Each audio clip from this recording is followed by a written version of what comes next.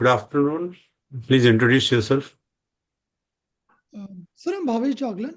I was born in Jind in Haryana, sir, but I grew up across the various cities of our country thanks to my dad being in the Indian Army. On the professional front, sir, I did computer science engineering from Delhi College of Engineering. I had interned with firms such as KPMG and the Prime Minister's Science Tech Innovation Advisory Council.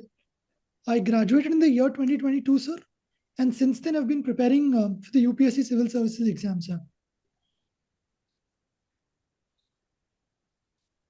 Since your dad has been in Indian Army, let me ask a question about the strategic issue. If I ask you to define 2.5 or 2.5 point front war, which India may face in future, how would you further expand it?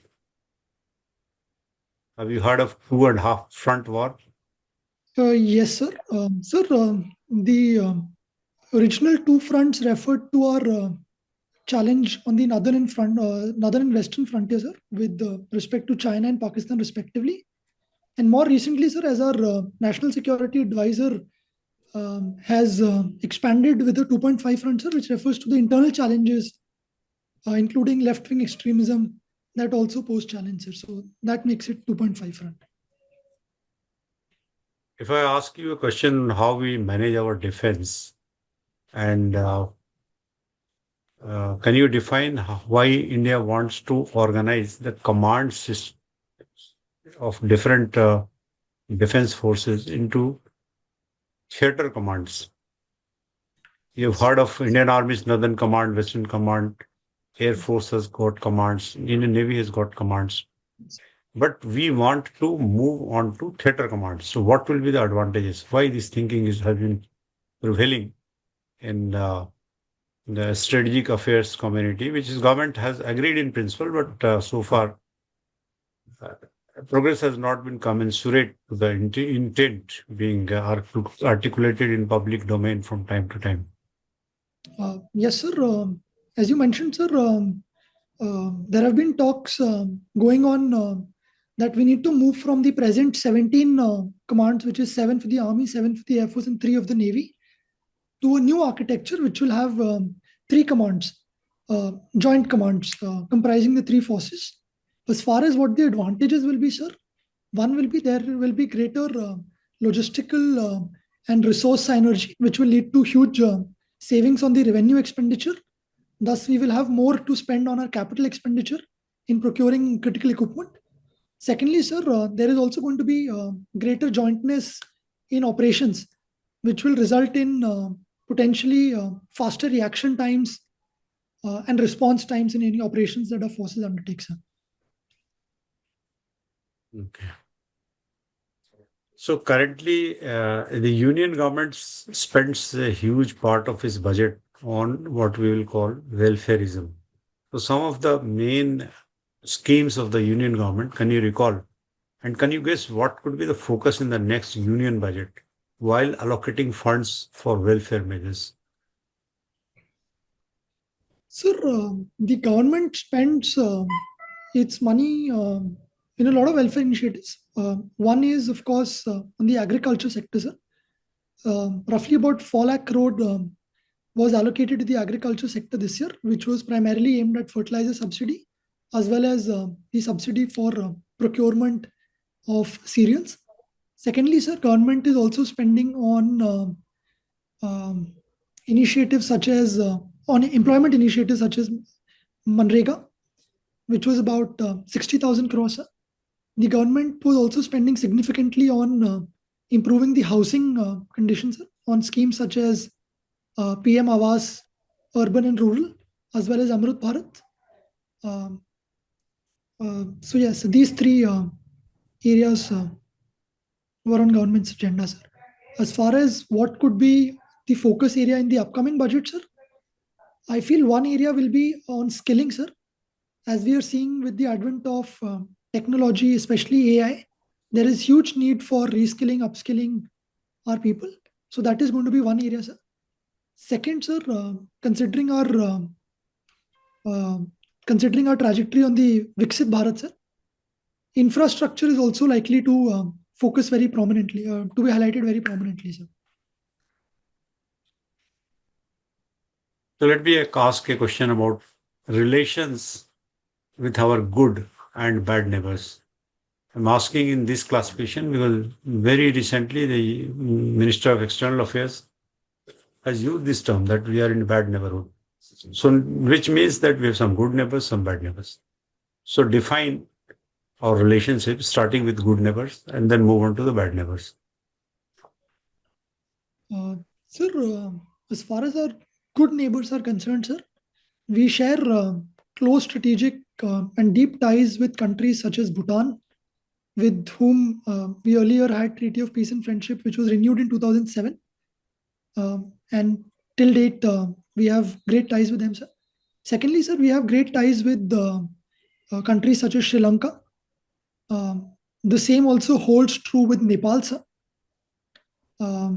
With Do Maldives, we have a friendship treaty with Nepal after the 1950 treaty expired? sir, I'm sorry, sir. I'll have to check on this, sir. I'm not sure, sir. Anything on water treaty with Nepal? Utilization of waters from the rivers emanating from Nepal, flowing into India through Bihar and then Bangladesh, and then further maybe through West Bengal to Bangladesh, some of the rivers.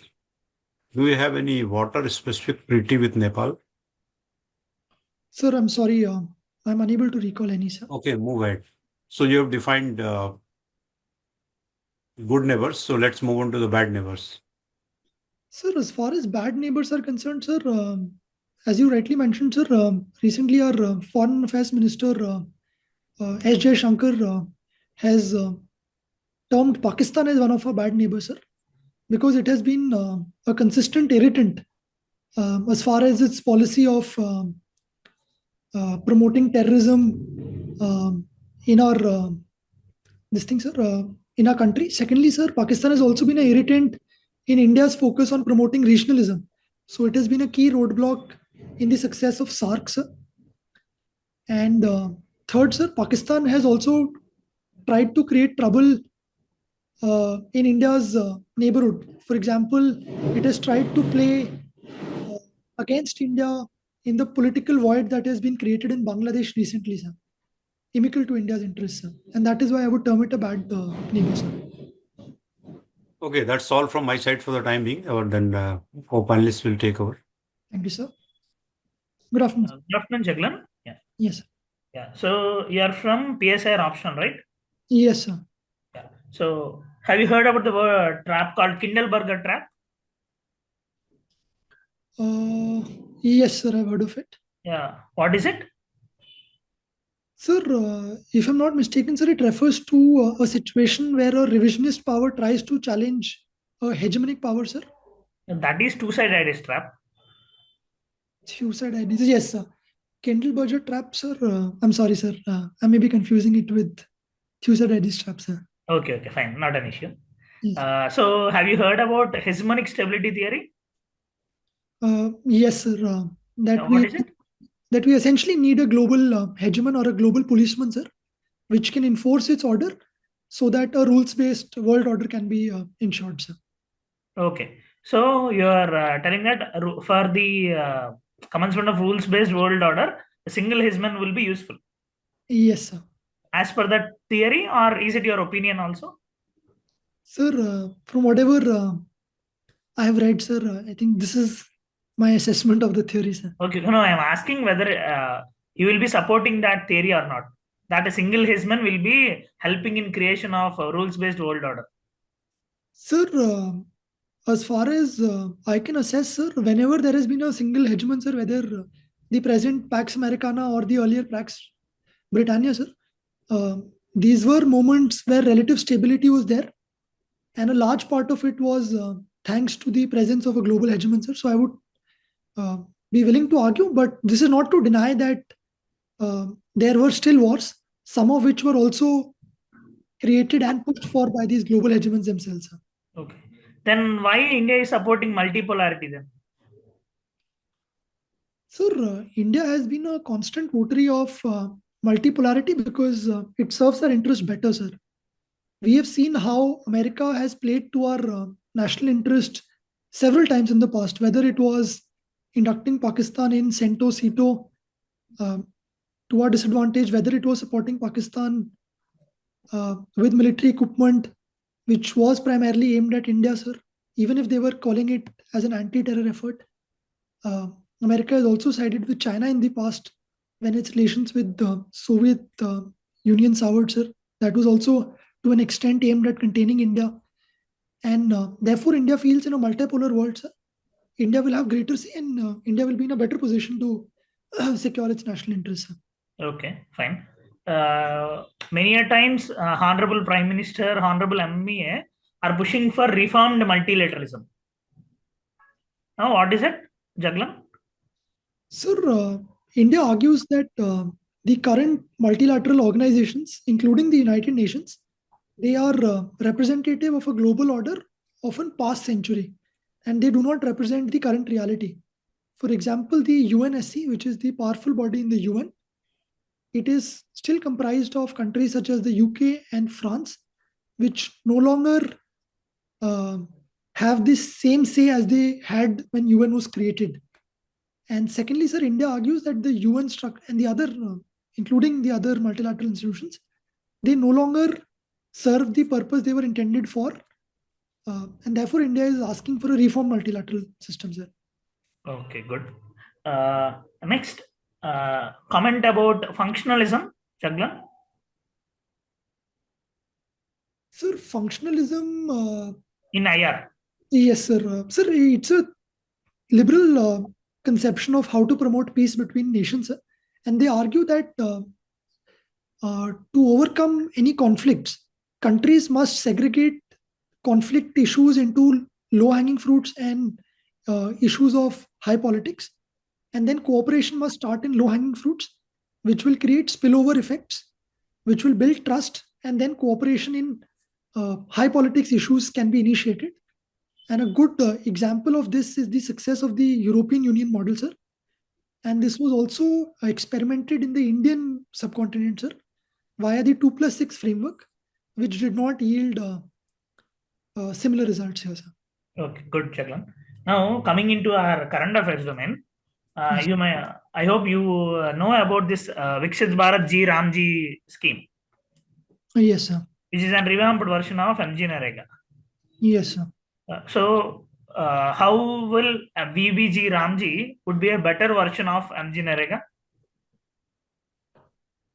Sir, the provisions of the bill, sir, several provisions highlight the salience of the new bill, sir. One is that the statutory guaranteed employment has been increased from earlier 100 days to now 125 days, sir.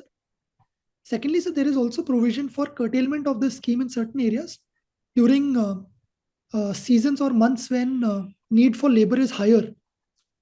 So that is also likely to have better impact, sir. Thirdly, sir, the government is arguing that from an earlier bottom-up approach to a newer top-down approach, they will be in better situation to preempt the finances that will be required for the scheme. So for these three reasons, I feel, sir, the newer bill is better over the earlier one, sir. So what would you believe? Not regarding this MG Narega and all, bottom-up approach for Indian governance is better or top-down would be better? Sir, in the larger scheme of things, bottom-up approach is definitely better considering the diversity and the federalism that is guaranteed in our constitution, sir.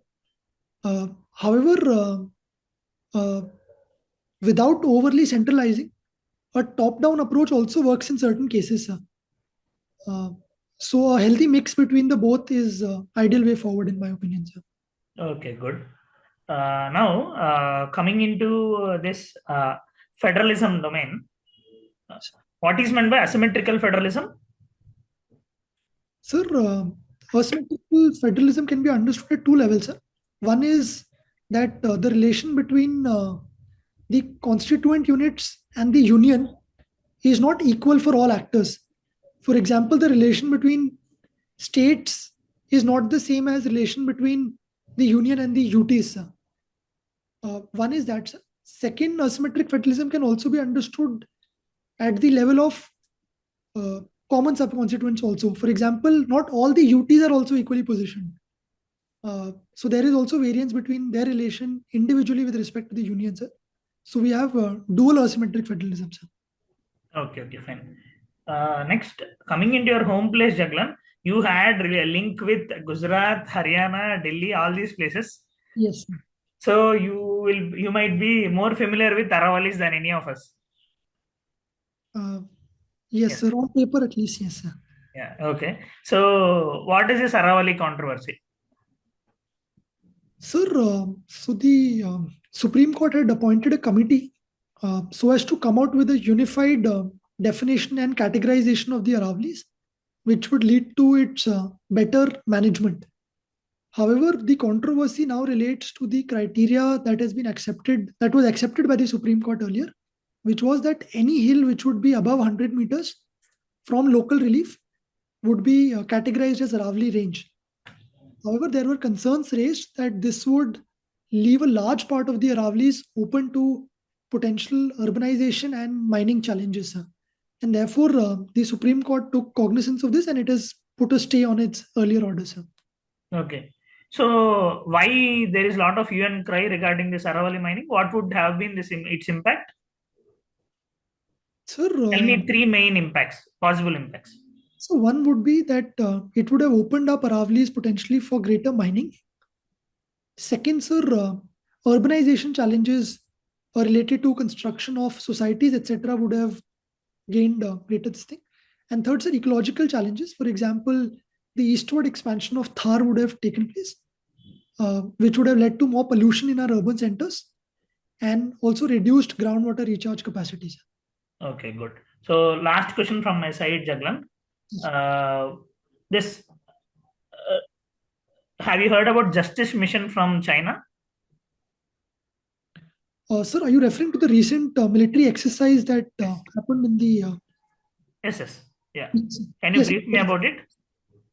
Sir, the Chinese launched a 2-day military exercise, sir, involving all of their forces, ground forces, the Navy and the Air Force, which was aimed at assessing their preparedness with respect to it was not officially stated, sir, that they were experimenting or trying out their newer inducted equipments and how to blockade Taiwan in a potential conflict going forward. So yes, sir. Is it part of its larger One China policy? Yes, sir. China has repeatedly re-emphasized that that they look at Taiwan as a core component of One China policy, sir.